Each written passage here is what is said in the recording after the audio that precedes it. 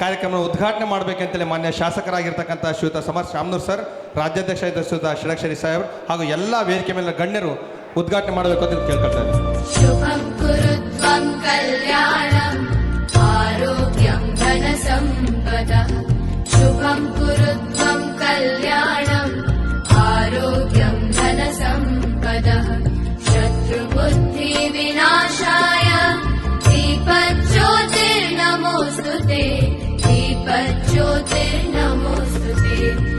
दीपज्योतिः परब्रह्म. ದೀಪ ಬೆಳಗಿಸುವ ಮೂಲಕ ಈ ಕಾರ್ಯಕ್ರಮ ಉದ್ಘಾಟಿಸಿರುವ ಯುವ ನಾಯಕರು, ಜನಪ್ರಿಯ ಶಾಸಕ ಧನ್ಯವಾದಗಳನ್ನು ಹೇಳ್ತಾ, ಈ ಕಾರ್ಯಕ್ರಮವನ್ನು ಉದ್ದೇಶಿಸಿ ಮುಖ್ಯ ಅತಿಥಿಗಳಾಗಿರುವಂತಹ ದಾವಣಗೆರೆ ಜಿಲ್ಲೆಯ ಹಿರಿಯರು, ಜಿಲ್ಲಾ ಕನ್ನಡ ಸಾಹಿತ್ಯ ಪರಿಷತ್ನ ಅಧ್ಯಕ್ಷರು ಇರ್ತಕ್ಕಂಥ ಶ್ರೀಯುತ ಬಿ ವಾಮದೇವಪ್ಪ ಸರ್ ಅವರು ಮಾತನಾಡಬೇಕು ಅಂತೇಳಿ ವಿನಂತಿ ಮಾಡ್ತಾ ಇದ್ದೇನೆ. ಮಧ್ಯ ಕರ್ನಾಟಕದ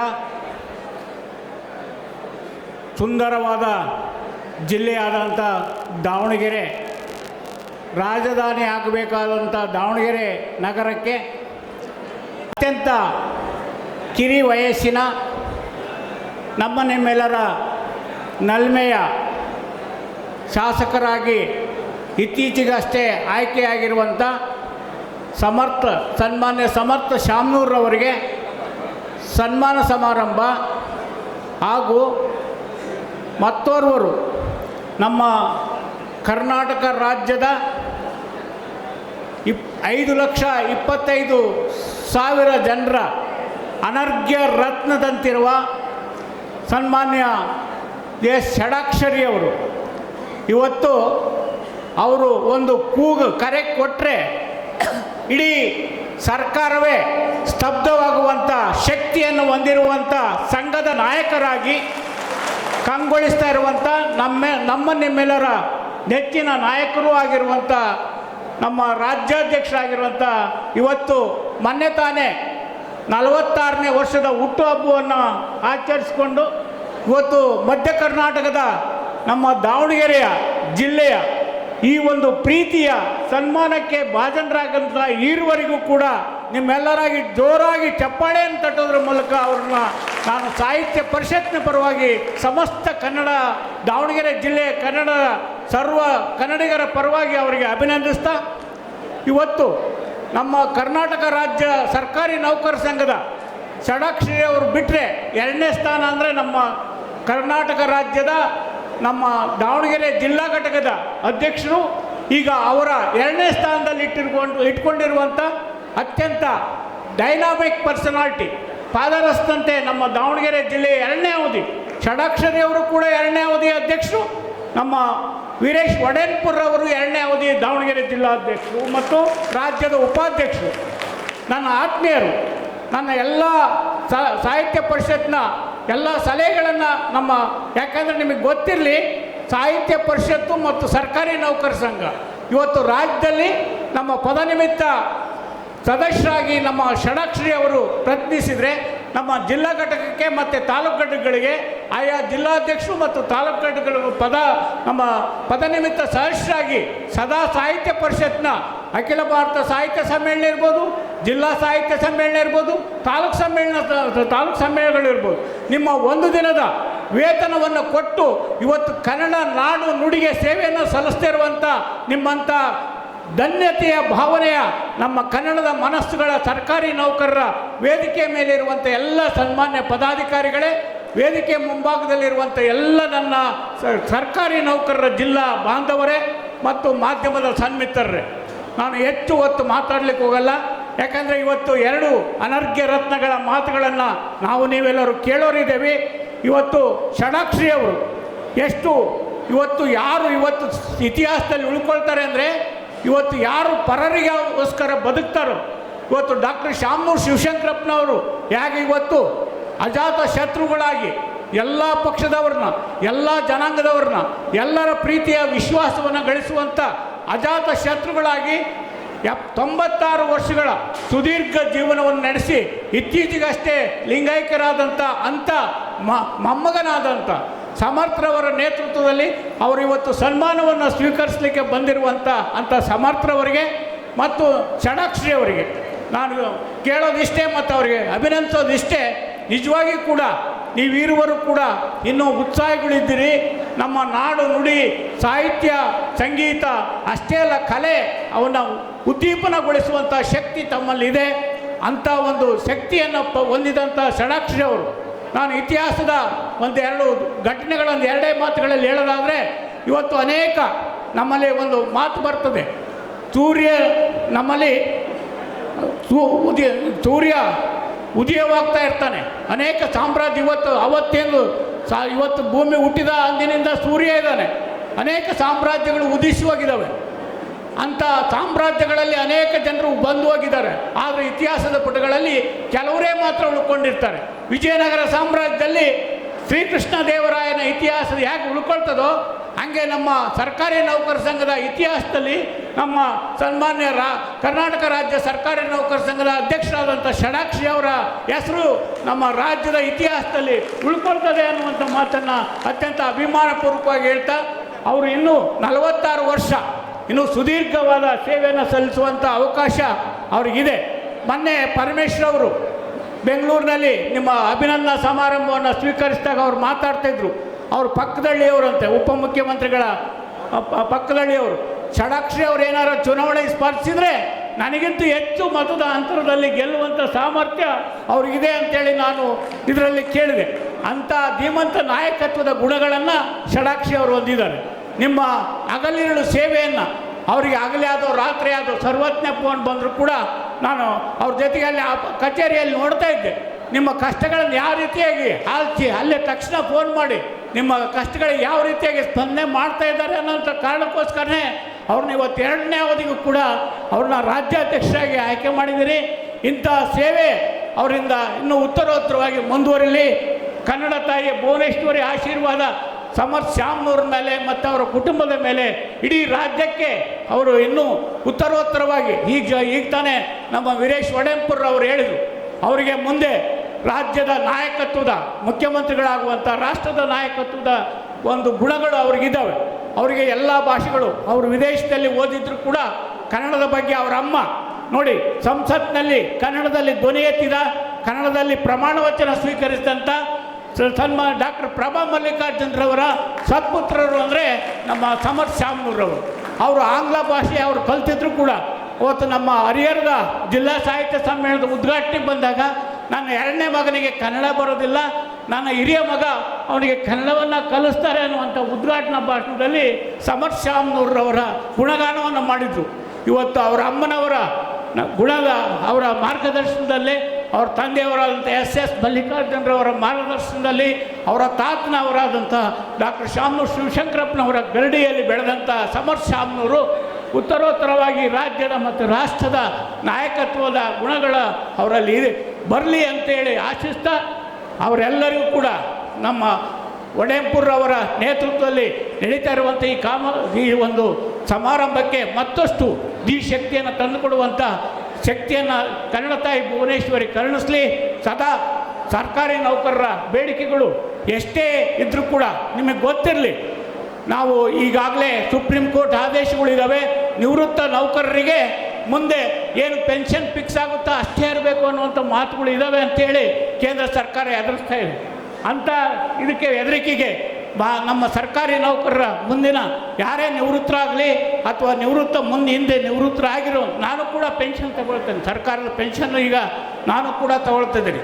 ಆ ಕಾರಣಕ್ಕೋಸ್ಕರ ಅಂಥ ಯಾವುದಾದ್ರೂ ಕಾನೂನುಗಳು ಬಂದರೆ ಇಡೀ ಕರ್ನಾಟಕ ರಾಜ್ಯ ಕೇಂದ್ರ ಸರ್ಕಾರದ ವಿರುದ್ಧವಾಗಿ ಸಿಡಿದೇಳುವಂಥ ನಿಲುವನ್ನು ಮಾನ್ಯ ಷಡಾಕ್ಷರಿ ಅವರು ತೆಗೆದುಕೊಳ್ಳುವಂಥ ಶಕ್ತಿಯನ್ನು ಹೊಂದಲಿ ಅಂತ ಹೇಳ್ತಾ, ಮತ್ತೊಮ್ಮೆ ಅವರಿಗೆ ಎಲ್ಲ ಸಾಮರ್ಥ್ಯವನ್ನು ನಮ್ಮ ಮಧ್ಯ ಕರ್ನಾಟಕದ ದಾವಣಗೆರೆ ಜಿಲ್ಲೆ ಸದಾ ನಿಮ್ಮ ಜೊತೆ ಇರುತ್ತೆ ಸರ್, ನೀವು ಎಲ್ಲ ಒಂದು ಉತ್ತಮವಾದ ಕಾರ್ಯಗಳನ್ನು ಮಾಡ್ತಿದ್ರಿ ಅಂತ ಪ್ರಶಂಸೆ ಇದೆ ಅಂತ ಹೇಳ್ತಾ, ಮತ್ತೊಮ್ಮೆ ನಮ್ಮ ಇಡೀ ಕರ್ನಾಟಕ ರಾಜ್ಯದ ಮಧ್ಯ ಕರ್ನಾಟಕದ ದಾವಣಗೆರೆ ಜಿಲ್ಲೆಯ ಪರವಾಗಿ ಸಮರ್ಥ್ ಶ್ಯಾಮ್ನವರಿಗೆ ಮತ್ತು ನಮ್ಮ ಷಡಾಕ್ಷರಿ ಅವರಿಗೆ ನಾನು ಸಾಹಿತ್ಯ ಲೋಕದ ಪರವಾಗಿ ಸಮಸ್ತ ಕನ್ನಡಿಗರ ಪರವಾಗಿ ಮತ್ತೊಮ್ಮೆ ಹೃದಯಪೂರ್ವಕವಾದ ಅಭಿನಂದನೆಗಳನ್ನು ಅರ್ಪಿಸ್ತಾ, ನಾನು ಕೂಡ ಅವರಿಗೆ ಸನ್ಮಾನವನ್ನು ನಮ್ಮ ಒಡೆಂಪುರವರಿಗೆ ನಾವು ಮತ್ತು ನಮ್ಮ ಸಮರ್ಥರವರಿಗೆ ನಾವು ಮಾಡಿದ್ದೇವೆ.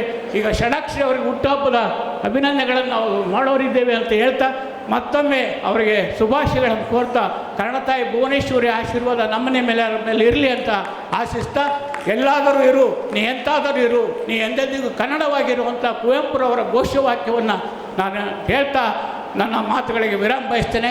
ಜೈ ಹಿಂದ್, ಜೈ ಕರ್ನಾಟಕ, ಜೈ ಭುವನೇಶ್ವರ. ಈ ನಮ್ಮೊಲುಮೆಯ ಅಭಿನಂದನೆ ಕಾರ್ಯಕ್ರಮದಲ್ಲಿ ತಮ್ಮ ಸದಾಶಯದ ಶುಭ ನುಡಿಯನ್ನು ನಮ್ಮ ಮಾನ್ಯ ಶಾಸಕರಿಗೆ ಹಾಗೂ ನಮ್ಮ ರಾಜ್ಯಾಧ್ಯಕ್ಷರಿಗೆ ನುಡಿದಿರುವಂತಹ ವಾಮದೇವಪ್ಪ ಸರ್ಗೆ ಧನ್ಯವಾದಗಳನ್ನು ಹೇಳ್ತಾ ಕಾರ್ಯಕ್ರಮ ಉದ್ದೇಶಿಸಿ ನಿಮ್ಮೆಲ್ಲರ ನೆಚ್ಚಿನ ಶಾಸಕರು ಆಗಿರುವಂತಹ ಶ್ರೀ ಸಮರ್ ಶಾಮನೂರ್ ಸಾಹೇಬರು ಮಾತನಾಡಬೇಕು ಅಂತೇಳಿ ನಾವು ಕಳಕಳಿಯಾಗಿ ವಿನಂತಿ ಮಾಡ್ತಾ ಇದ್ದೇನೆ. ಎಲ್ಲರಿಗೂ ನಮಸ್ಕಾರ. ನಮ್ಮ ಕರ್ನಾಟಕ ರಾಜ್ಯದ ಸರ್ಕಾರಿ ನೌಕರರ ಸಂಘ ಎಲ್ಲ ಜನತೆಗೆ ನಮಸ್ಕಾರ. ನಾವು ಚೂರು ಜಲ್ದಿ ಮಾತಾಡ್ತೀವಿ, ಒಂದು 2 ಮಾತು ಹೇಳ್ತೀವಿ. ಯಾಕಂದರೆ ನನಗೂ ಗೊತ್ತು ನೀವೆಲ್ಲರೂ SIR ಆಮೇಲೆ ನಿಮ್ಮ ಕೆಲಸ ಎರಡೂ ಮಾಡಿ ಬಂದಿರಬೇಕು. ಮತ್ತು ನಾಳೆನೂ SIR ಮಾಡೋದಿರ್ತೈತಿ. ಜನ ನಿಮಗೆ ಊಟ ಮಾಡೋಕ್ಕೂ ಸಮಯ ಕೊಡ್ತಿಲ್ಲ ಅನಿಸ್ತೈತಿ ತಿಂಗಳು. ಅದಕ್ಕೆ ನಾವು DC ಸರ್ ಜೊತೆ ಒಂದು ವಾರ SIR ಶುರು ಆದಮೇಲೆ ಹೇಳಿದ್ವಿ, ನೀವು ಏನಾರ ಮಾಡಿರಿ, SIR ಮುಗಿದ್ಮೇಲೆ ಎಲ್ಲರೂ ಸರ್ಕಾರಿ ನೌಕರಕ್ಕೆ ಒಂದಿನ ಊಟಕ್ಕರ ಇರ್ಕೋಬೇಕು ನೀವು ಅಂತ. ಯಾಕಂದರೆ ನಮಗೂ ಗೊತ್ತು ಎಷ್ಟು ಕಷ್ಟದ ಕೆಲಸ. ಆಮೇಲೆ ನೀವು ಯಾವ್ದಾರ ಹೋಣಿನಲ್ಲಿ ಕಾಲಿಟ್ರೇ ಎಲ್ಲರೂ ನಿಮ್ಮ ಮೈ ಮೇಲೆ ಬರ್ತಾರೆ. ಆದರೆ ಭಾಳ ಚೆನ್ನಾಗಿ ಮಾಡ್ತಿದ್ರಿ. ಯಾಕಂದರೆ ನಮ್ಮ ದಾವಣಗೆರೆ ಅರ್ಬನ್ ಏನೈತಿ ಪೂರ್ತಿ ರಾಜ್ಯನಲ್ಲಿ SIRನಲ್ಲಿ ನಂಬರ್ 1 ಐತಿ. ಆಮೇಲೆ ರೂರಲ್ಲು ನಂಬರ್ 2 ಐತಿ. ಅದಕ್ಕೆ ಭಾಳ ಸಂತೋಷ ಆಯಿತು. ಆಮೇಲೆ ಅದರಲ್ಲೇ ಕಾಣ್ತೈತಿ ನಮ್ಮ ದಾವಣಗೆರೆ ಡಿಸ್ಟ್ರಿಕ್ನಲ್ಲಿರೋ ಸರ್ಕಾರಿ ನೌಕರಿಗಳು ಎಷ್ಟು ಸಮರ್ಥವಾಗಿದ್ದಾರೆ, ಎಷ್ಟು ಬಲವಂತರಾಗಿದ್ದಾರೆ ಅಂತ. ಈಗ ನಾವು ಯಾವಾಗಲೂ ನಂಬೋದೇನೆಂದರೆ, ನಮ್ಮ ಸಂಸ್ಕಾರಗಳ ಪ್ರಕಾರ ನಮ್ಮ ಊರು ಕಾಯಕ್ಕೆ 2 ದೇವತೆಗಳಿರ್ತವೆ. ಎಲ್ಲ ಊರುಗಳ ಕಾಯಕ್ಕೆ 2 ದೇವತೆಗಳಿರ್ತವೆ. ಈಗ ನಮ್ಮ ದಾವಣಗೆರೆನಲ್ಲಿನೂ ಒಂದು ನಮ್ಮ ಆಂಜನೇಯ ಇದ್ದಾನೆ, ಇನ್ನೊಂದು ನಮ್ಮ ದುಗ್ಗಮ್ಮ ಇದ್ದಾರೆ. ಈ 3ನೇ ದೇವತೆ ಹೇಳ್ಬೇಕಂದ್ರೆ ನೀವೆಲ್ಲರೂ ಸರ್ಕಾರ ಸಂಘದ ಎಲ್ಲ ನೌಕರಿಗಳೇ 3ನೇ ದೇವತೆ. ಯಾಕಂದರೆ ಈಗ ನಾವು ಒಂದು ವಚನದಲ್ಲಿ ಬಸವಣ್ಣ ಹೇಳ್ತಾರೆ, ದೇಹವೇ ದೇವಾಲಯ. ಈಗ ಹಂಗೆ ನಮ್ಮ ರಾಜ್ಯನೂ ನೋಡಿದ್ರೆ ಈ ಕೈಯು ಕಾಳು ಕಿವಿ ಮುಖ ಕಣ್ಣು ಅದೆಲ್ಲ ನೀವೆಲ್ಲರೇ. ಆಮೇಲೆ ಗೊತ್ತು ನೀವು ಎಷ್ಟು ಕಷ್ಟಪಟ್ಟು ಕೆಲಸ ಮಾಡ್ತಿರ್ತೀರಿ ಅಂತ. 3 ತಿಂಗಳು ನಿಮ್ಮೆಲ್ಲರ ಜೊತೆನೇ ಅಡ್ಡಾಡ್ಕೊಂತ ಕೆಲ್ಸಗಳು ಮಾಡ್ಕೊತ ನೋಡ್ತಿದ್ದೀವಿ.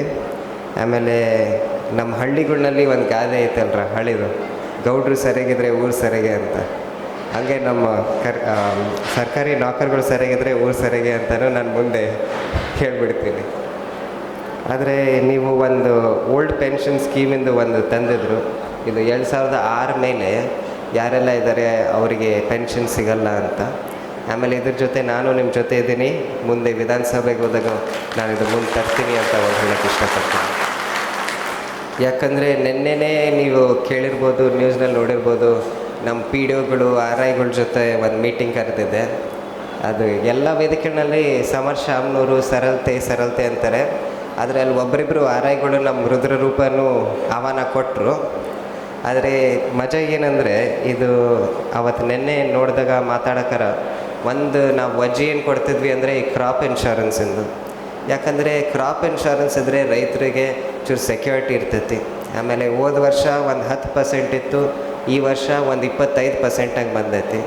ಆಮೇಲೆ ಮುಂದೆ ನಾವು ಒಂದು 60-70% ಹೋದರೆ ನಾವಿನ್ನ ನೆಗೋಷಿಯೇಟ್ ಮಾಡ್ಬೋದು ಅಂತ ನಾವು ವಜೆ ಕೊಡ್ತಿದ್ವಿ. ಸೊ ಈ ಕ್ರಾಪ್ ಇನ್ಶೂರೆನ್ಸ್ ಇರಲಿ, ಪೆನ್ಷನ್ ಇರಲಿ, ರೇಷನ್ ಕೊಡೋದಿರಲಿ, ಇವೆಲ್ಲ ಸೋಷಲಿಸ್ಟಿಕ್ ಸ್ಕೀಮ್ಸು ಸರ್ಕಾರ ಮಾಡಲೇಬೇಕು. ಅದಕ್ಕೆ ಇದನ್ನು ನಾವು ಮುಂದೆ ಒಯ್ತೀವಿ. ಆಮೇಲೆ ಮುಂದೆ ಇದರಲ್ಲಿ ನೀವು ಬೇಡಿಕೆ ಏನು ಮುಂದಿಟ್ರಿ ಅದು ಮುಂದೆ ಹೋಗ್ತತಿ. ಆಮೇಲೆ ನಿಮ್ಮ ಬೇಡಿಕೆ ಪ್ರಕಾರನೇ ಬದಲಾವಣೆ ತರೋಣ ಅಂತ ಒಂದು ಮಾತು ಹೇಳಿ ನಾನು ಇದು ನಿಮಗೆ ಧನ್ಯವಾದಗಳು ಹೇಳ್ತೀನಿ. ಅದು ಈ ಏನು ಹಠ ಐತಿ ಇದನ್ನು ಮುಂದೆ ಒಯ್ತಿದ್ರಿ ಅಂತ. ಕೊನೆಗೆ ಜಾಸ್ತಿ ಏನು ಮಾತಾಡೋದಿಲ್ಲ. ಭಾಳ ಸಂತೋಷ ಆಯ್ತು ಇಲ್ಲಿ ಬಂದು ಎಲ್ಲರೂ ನೋಡಿ. ಯಾಕಂದರೆ ನಾನು 3 ತಿಂಗಳು ಎಲ್ಲ ಜೊತೆ ಅಡ್ಡಾಡ್ಕಂತ ಆಮೇಲೆ ನಾವು ಕಲಿಯೋದಾಗ್ತೈತಿ, ಯಾರು ಏನು ಮಾಡ್ತಾರೆ, ಹೆಂಗೆ ಮಾಡ್ತಾರೆ, ಏನು ಅಂತ. ಸೊ ಎಲ್ಲರೂ ನಮ್ಮ ಒಂದು ಲೆಕ್ಕ ಕೇಳಬೇಕಂದ್ರೆ ನೀವು ನಮ್ಮ ಗುರುಗಳಂಗೆ ಆಗಿರ. ಯಾಕಂದರೆ ನಿಮ್ಮಿಂದನೇ ಭಾಳ ಕಲಿಯೋದಾಗ್ತೈತಿ, ಸರ್ಕಾರ ಹೆಂಗೆ ನಡೆಸಬೇಕು, ಆಮೇಲೆ ಏನೇನು ಕೆಲಸಗಳು ಇದ್ದಾವೆ, ಎಲ್ಲಿಂದ ನಾವು ತಪ್ಪು ಮಾಡ್ತಿದ್ದೀವಿ ಅಂತ. ಈಗ ಮುಂದೇನು ನಿಮ್ಮ ಜೊತೆ ಕೆಲಸ ಮಾಡ್ಕೊಂತ ಬರೀ ಊರು ಕಾಪಾಡೋದಲ್ಲ, ಊರನ್ನ ಬೆಳೆಸೋದು ನಮ್ಮ ಕರ್ತವ್ಯ, ನಾವು ಮಾಡೋಣ ಅಂತ ಹೇಳಿ ಜೈ ಹಿಂದ್, ಜೈ ಕರ್ನಾಟಕ. ಅತ್ಯಂತ ಸರಳವಾಗಿ OPS ಜಾರಿಗೆ ನಾನು ಬೆಂಬಲವಾಗಿ ನಿಲ್ತೀನಿ. ನಮ್ಮ ಜಿಲ್ಲೆಯ ಎಲ್ಲ ನೌಕರು ತುಂಬ ಚೆನ್ನಾಗಿ ಕೆಲಸ ಮಾಡ್ತೀರಿ, ನಿಮ್ಮೆಲ್ಲರ ಜೊತೆ ನಾನು ಇದ್ದೇನೆ ಅಂತೇಳಿ ಗಟ್ಟಿಯಾಗಿ ನಮ್ಮಿಂದಿಗೆ ನೈತಿಕ ಸ್ಥೈರ್ಯವನ್ನು ತುಂಬಿರುವ ಮಾನ್ಯ ಶಾಸಕ ಜೋರಾದ ಚಪ್ಪಾಳೆಯೊಂದಿಗೆ ಅಭಿನಂದನೆಯನ್ನು ಸಲ್ಲಿಸ್ತಾ ಇದ್ದೇನೆ. ಈಗ ನಿಮ್ಮೆಲ್ಲರನ್ನು ಉದ್ದೇಶಿಸಿ ನಮ್ಮ ರಾಜ್ಯ ಸಂಘದ ಪ್ರಧಾನ ಕಾರ್ಯದರ್ಶಿಗಳಾಗಿರ್ತಕ್ಕಂಥ ಶ್ರೀಯುತ ಬಸವರಾಜು ಸರ್ ಅವರು ಮಾತನಾಡಬೇಕು ಅಂತ ಕೇಳ್ಕೊಳ್ತಾ ಇದ್ದೀನಿ ಸರ್. ನಮ್ಮ ಒಲಮೆಯ ಅಭಿನಂದನಾ ಕಾರ್ಯಕ್ರಮದಲ್ಲಿ ವೇದಿಕೆಯ ಮೇಲೆ ಆಸೀನರಾಗಿರ್ತಕ್ಕಂಥ ಸನ್ಮಾನ್ಯ ಶಾಸಕರೇ, ನಮ್ಮ ಆತ್ಮೀಯರು ಹಾಗೂ ರಾಜ್ಯ ಸರ್ಕಾರಿ ನೌಕರ ಸಂಘದ ರಾಜ್ಯಾಧ್ಯಕ್ಷರಾದಂಥ ಸನ್ಮಾನ್ಯ CS ಷಡಕ್ಷರಿ ಅವರೇ, ವೇದಿಕೆಯ ಮೇಲಿರ್ತಕ್ಕಂಥ ಎಲ್ಲ ಹಿರಿಯ ಗಣ್ಯರೇ, ಎಲ್ಲ ತಾಲೂಕು ಅಧ್ಯಕ್ಷರೇ, ಜಿಲ್ಲಾ ಪದಾಧಿಕಾರಿಗಳೇ, ತಾಲೂಕು ಪದಾಧಿಕಾರಿಗಳೇ, ವೇದಿಕೆ ಮುಂಭಾಗದಲ್ಲಿ ಆಸೀನರಾಗಿರ್ತಕ್ಕಂಥ ಎಲ್ಲ ನನ್ನ ನೌಕರ ಬಂಧು ಭಗಿನಿಯರೇ, ಇವತ್ತು ವೀರೇಶ್ ಒಡೆನಪುರ ಅವರು ನಮ್ಮ ರಾಜ್ಯಾಧ್ಯಕ್ಷರಿಗೆ ಹಾಗೂ ಶಾಸಕರಿಗೆ ಅಭಿನಂದನಾ ಕಾರ್ಯಕ್ರಮವನ್ನು ಹಮ್ಮಿಕೊಂಡಿದ್ದಾರೆ. ಬಹುಶಃ ಇಡೀ ರಾಜ್ಯದಲ್ಲಿ ಅತ್ಯಂತ ಹೆಚ್ಚು ಕಾರ್ಯಕ್ರಮಗಳನ್ನು ಮಾಡೋ ಜಿಲ್ಲಾಧ್ಯಕ್ಷ ಯಾರಾದರೂ ಇದ್ದರೆ ಅದು ವೀರೇಶ್ ಒಡೆನಪುರ ಅಂತೇಳಿ ನಾನು ಭಾವಿಸಿದ್ದೇನೆ. ಆದರೂ ಅಪರೂಪಕ್ಕೆ ನಮ್ಮನ್ನು ಕರೀತಾರೆ, ಹಾಗಾಗಿ ಇವತ್ತು ಬಂದಿದ್ದೇವೆ. ಭಾಳ ಕಾರ್ಯಕ್ರಮಗಳು ಮಾಡ್ತಾರೆ, ಇವತ್ತೇನೋ ಪ್ರೀತಿಯಿಂದ ಕರೆದಿದ್ದಾರೆ ನಮ್ಮನ್ನು, ಬಂದಿದ್ದೇವೆ ರಾಜ್ಯಾಧ್ಯಕ್ಷರೊಂದಿಗೆ, ಭಾಳ ಖುಷಿ ಆಗ್ತಾ ಇದೆ. ಹಾಗೆಯೇ ಒಂದು 4 ವರ್ಷಗಳ ಹಿಂದೆ ಯಾವುದೋ ಒಂದು ಹೋಟ್ಲಲ್ಲಿ ಅವರ ಬ್ರಹ್ಮರ್ಷಿಗಳು ಇಲ್ಲಿ ಕೂತಿದ್ದಾರೆ, ರುದ್ರಪ್ಪನವರು, ಅವರು ವೀರೇಶು ಮತ್ತು ನಾವು 3 ಜನ ಕೂತ್ಕೊಂಡು ಮಾತಾಡಬೇಕಾದ್ರೆ ಇವರು ರುದ್ರಪ್ಪನವರು ನೀವು ಸಂಘದಲ್ಲಿ ನೀವು ಬೆಳಿಬೇಕು, ಸಂಘಕ್ಕೆ ಬರಬೇಕು ಅಂತೇಳಿ ಕೇಳ್ಕೊಂಡಾಗ ನನಗೆ ಸಂಘದ ಗಂಧ ಗಾಳಿ ಗೊತ್ತಿಲ್ಲ, ನಾನು ಬರೋದೇ ಇಲ್ಲ ಅಂತೇಳಿ ಹೇಳ್ತಾ ಇದ್ದ ಮನುಷ್ಯ ಇವತ್ತು ಮೈಕಾಸುರ ಆಗ್ಬಿಟ್ಟಿದ್ದಾನೆ. ಈಗ ಹೆಂಗಾಗಿದೆ ಅಂದರೆ ಅವ್ರ ಗುರುಗಳಿಗೆ ಮಾತಾಡೋಕ್ಕೆ ಬರಲ್ಲ, ಇವತ್ತು ಶಿಷ್ಯ ಇವತ್ತು ಅವ್ರು ಮೀರಿಸಿ ಗಂಟೆಗಟ್ಟಲೆ ಮಾತನಾಡ್ತಕ್ಕಂಥ ಈ ಮಕ್ಕಳಿಗೆ ಲಾಲಿಪಾಪು ಕೊಡೋದು ಒಂದೇ, ವೀರೇಶ್ ಕೈಲಿ ಮೈಕ್ ಕೊಡೋದು ಒಂದೇ ಅನ್ನಂಗೆ ಆಗ್ಬಿಟ್ಟಿದೆ ಈಗ. ಅಂಥ ಪರಿಸ್ಥಿತಿ ನಮಗೆ ಅನ್ನಿಸ್ತಾ ಇತ್ತು, ಈ ಮೈಕ್ ಏನಾದರೂ ನಮಗೆ ಮಾತಾಡಲಿಕ್ಕೆ ಅವಕಾಶ ಕೊಡ್ತಾನೋ ಇಲ್ಲೋ ಗೊತ್ತಿಲ್ಲ, ದೂರದಿಂದ ಬಂದಿದ್ದೇವೆ, ಒಂದು 2 ನಿಮಿಷ ಮಾತಾಡಬೇಕಿತ್ತಲ್ಲ ಅಂತ. ಆದರೆ ನನಗೆ ಮಾತಾಡಲಿಕ್ಕೆ ಅವಕಾಶ ಮಾಡಿಕೊಟ್ಟಿದ್ದಕ್ಕಾಗಿ ಧನ್ಯವಾದಗಳನ್ನು ಸಲ್ಲಿಸ್ತಾ, ಈ ಒಂದು ಕಾರ್ಯಕ್ರಮವನ್ನು ಅತ್ಯಂತ ಸಂತೋಷದಿಂದ ಉದ್ಘಾಟನೆಯನ್ನು ಮಾಡಿದಂತಹ ಸನ್ಮಾನ್ಯ ಶಾಸಕರಾದಂಥ ಸಮರ್ಥ ಶಾಮನೂರವರೇ, ವೇದಿಕೆಯ ಮೇಲಿರ್ತಕ್ಕಂಥ ಎಲ್ಲ ಗಣ್ಯರೇ, ಶಾಸಕರ ಬಗ್ಗೆ 1-2 ವಿಚಾರವನ್ನು ಮಾತಾಡಿ ನಮ್ಮ ರಾಜ್ಯಾಧ್ಯಕ್ಷರು ಮತ್ತು ಸಂಘಟನೆ ಬಗ್ಗೆ 2 ವಿಚಾರಗಳು ಮಾತಾಡ್ತೇನೆ.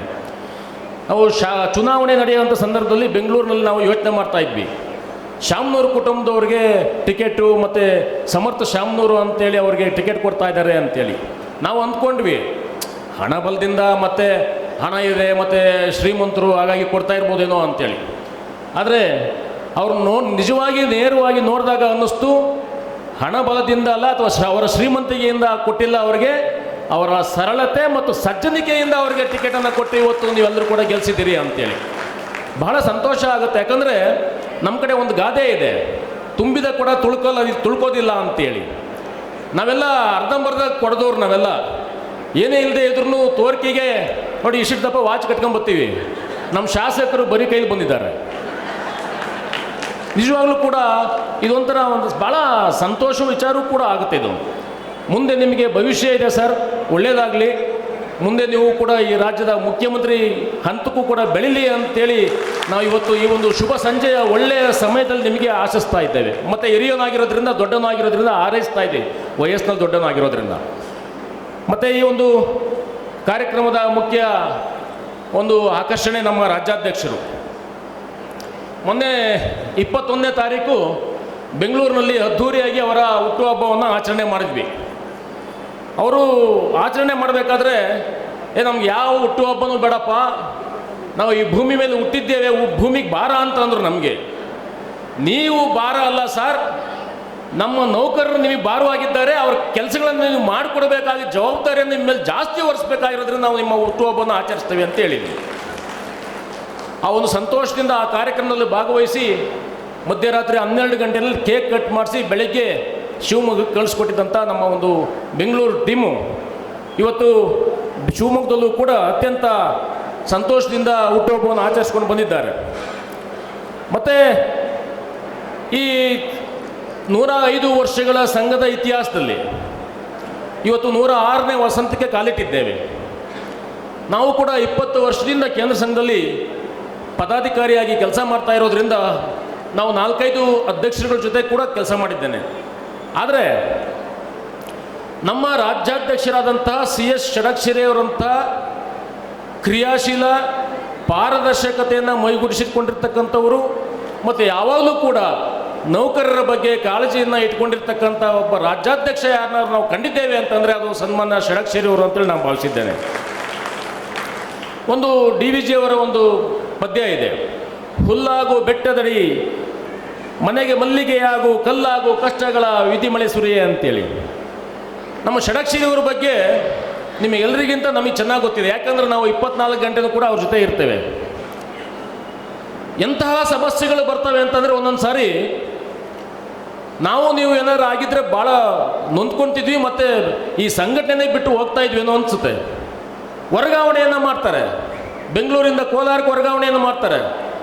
ನಮಗೆ ಎಲ್ಲೋ ಒಂದು ಕಡೆ ನೋವು, ರಾಜ್ಯಾಧ್ಯಕ್ಷರನ್ನ ವರ್ಗಾವಣೆ ಮಾಡಿಬಿಟ್ರಲ್ಲ ಅಂತೇಳಿ.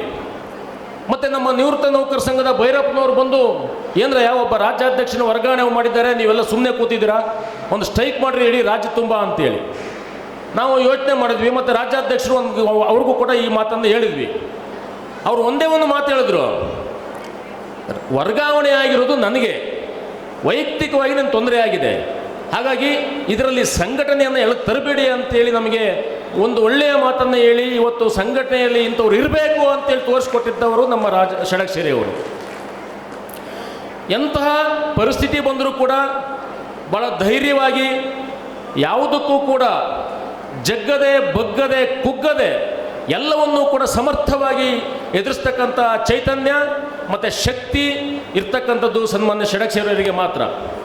ಅನೇಕ ಆದೇಶಗಳನ್ನು ನಮಗೆ ಮಾಡಿಸ್ಕೊಟ್ಟಿದ್ದಾರೆ.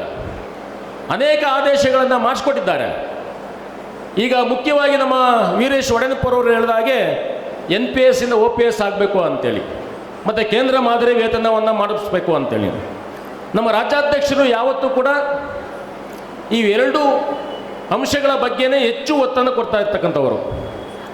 ಮತ್ತು ನಿಮಗೆ ನಾನು ಮಾತನ್ನು ಕೊಡ್ತೇನೆ, NPS ಹೋಗಲಾಡಿಸಿ OPS ಏನಾದರೂ ಆಗುತ್ತೆ ಅನ್ನೋದಾದರೆ ಅದು ಸನ್ಮಾನ್ಯ ಷಡಕ್ಷರಿಯವರಿಂದ ಮಾತ್ರ ಸಾಧ್ಯ ಅಂತೇಳಿ ನಾನು ಗಟ್ಟಿಯಾಗಿ ಹೇಳಲಿಕ್ಕೆ ನಾನು ಇಚ್ಛೆ ಪಡ್ತೇನೆ.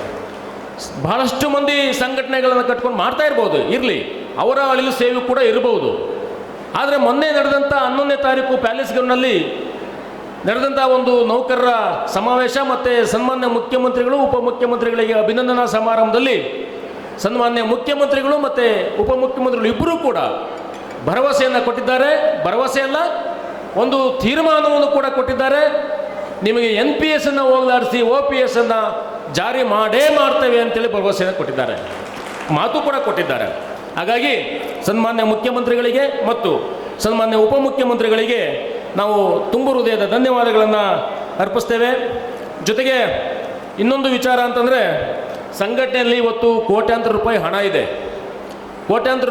ಇದೆ. ನಾವೆಲ್ಲರೂ ಕೂಡ ಮುಂಚೆ 5 ವರ್ಷದಲ್ಲಿ ಈ ಮೆಂಬರ್ಶಿಪ್ ಹಣವನ್ನು ಚುನಾವಣೆ ಬಂತು ಅಂದರೆ ಕೋಟಿಗಟ್ಟಲೆ ಇದ್ದಂಥ ಹಣ ಕೇವಲ 20 ಲಕ್ಷಕ್ಕೆ ಬರ್ತಾ ಇತ್ತು. ಇವತ್ತು 18 ಕೋಟಿ ರೂಪಾಯಿ ಇವತ್ತು ಸಂಘದಲ್ಲಿ ಹಣ ಇದೆ. ನಾವು ಅವಾಗವಾಗ ನಮ್ಮ ಅಧ್ಯಕ್ಷರಿಗೆ ಛೇಡಿಸ್ತಾ ಇರ್ತೇವೆ, ಏನಾದರೂ ಒಂದು ಕಾರ್ಯಕ್ರಮದ್ದೋ ಅಥವಾ ಇನ್ನೊಂದು ಯಾವುದಾದ್ರು ಒಂದು ಖರ್ಚು ವೆಚ್ಚ ಬಂದಾಗ ಬಿಚ್ಚೋದೇ ಇಲ್ಲ ಅಧ್ಯಕ್ಷರು. ಸರ್ ಇಷ್ಟು ದುಡ್ಡು ಕೊಡ್ಬೇಕು, ಅಷ್ಟೊಂದು ಯಾಕ್ರಿ, ಪಾಪ ಅವ್ರೇನೋ ಒಂದು ಕೆಲಸ ಬಂದು ಮಾಡಿರ್ತಾನೆ, ಅವ್ನು 100 ರೂಪಾಯಿ ಕೇಳಿದ್ರೆ ಇವ್ರು ಕೊಡೋದೇ 20 ರೂಪಾಯಿ. ನಾವಂತೀವಿ ಇವ್ರು ಒಂಥರ ಕ್ವಾಂಪ್ಟಿ ಶೆಟ್ ಇದ್ದಂಗೆ ನಮ್ಮ ಅಧ್ಯಕ್ಷರು ಅಂತೇಳಿ ನಾವು ಮಾತಾಡ್ಕೊತಿರ್ತೀವಿ. ಅಷ್ಟು ಸಂಘದ ಹಣವನ್ನು ಉಳಿತಾಯ ಮಾಡ್ತಕ್ಕಂಥ ಮತ್ತು ನೌಕರರ ಹಣವನ್ನು ದೇವರ ಉಂಡಿ ಅಂತೇಳಿ ಭಾವಿಸಿ ಕೆಲಸ ಮಾಡ್ತಾ ಇರ್ತಕ್ಕಂಥ ಯಾರಾದರೂ ಒಬ್ಬ ರಾಜ್ಯಾಧ್ಯಕ್ಷರಿದ್ದರೆ ಅದು ಷಡಕ್ಷರಿ ಅಂತೇಳಿ ನಾನು ಹೇಳಲಿಕ್ಕೆ ಬಯಸ್ತೇನೆ. ಅದಕ್ಕೆ ಈಗ ಬಹಳಷ್ಟು ಮಂದಿ ಕಂಡು ಈ ಜೇಡ್ರ ದಾಸಮ್ಮಯ್ಯವರು ಹೇಳಿದ್ದಾರೆ, ಮಠದೊಳಗಣ ಬೆಕ್ಕು ಇಲ್ಲಿಯ ಕಂಡು ಪುಟನೆಗೆದೆಂತಾಯಿತು ಕಾಣ ರಾಮನಾಥ ಅಂತೇಳಿ. ಅಂದರೆ ನೀವು ಅವ್ರನ್ನ ಕೆಲವರು ಕಳ್ಳರಿರ್ತಾರೆ, ನೀವು ಅವ್ರು ತಗೊಂಡೋಗಿ ಎಲ್ಲೇ ಬಿಟ್ಟರೂ ಕೂಡ ಅವ್ರು ಬುದ್ಧಿ ಬಿಡೋದಿಲ್ಲ.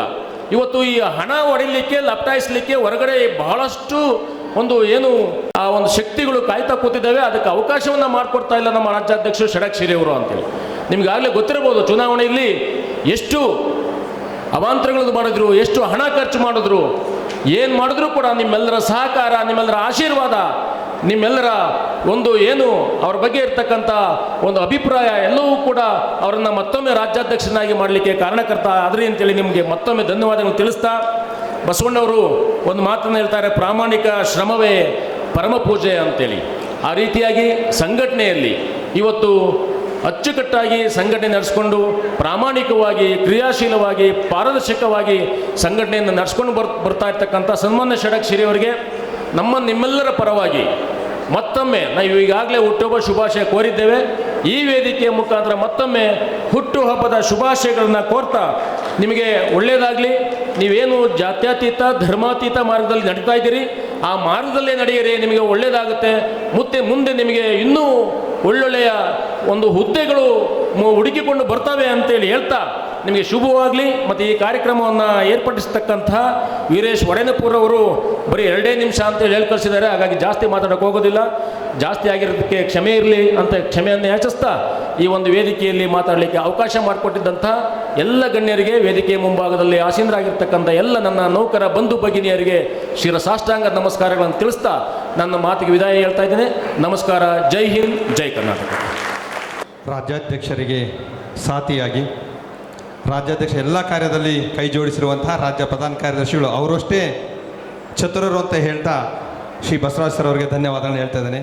ನಕ್ಷತ್ರ ಟಿವಿ ಲೋಕಲ್ ನ್ಯೂಸ್, ಇದು ನಿಮ್ಮದೇ ಧ್ವನಿ.